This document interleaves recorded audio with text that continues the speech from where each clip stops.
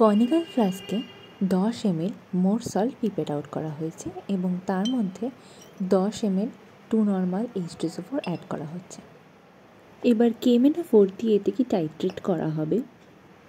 যেহেতু KMnO4 একটা স্বয়ং নির্দেশক, তাই বাইরে থেকে কোনো নির্দেশক এর মধ্যে যোগ করতে হবে না।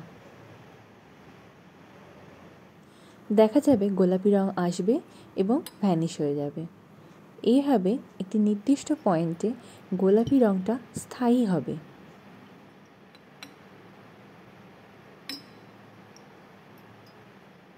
মোর সল্টে থাকা আয়রনের শতকরা মান নির্ণয়ের জন্য এই টাইট্রেশনটি করা হয়েছে।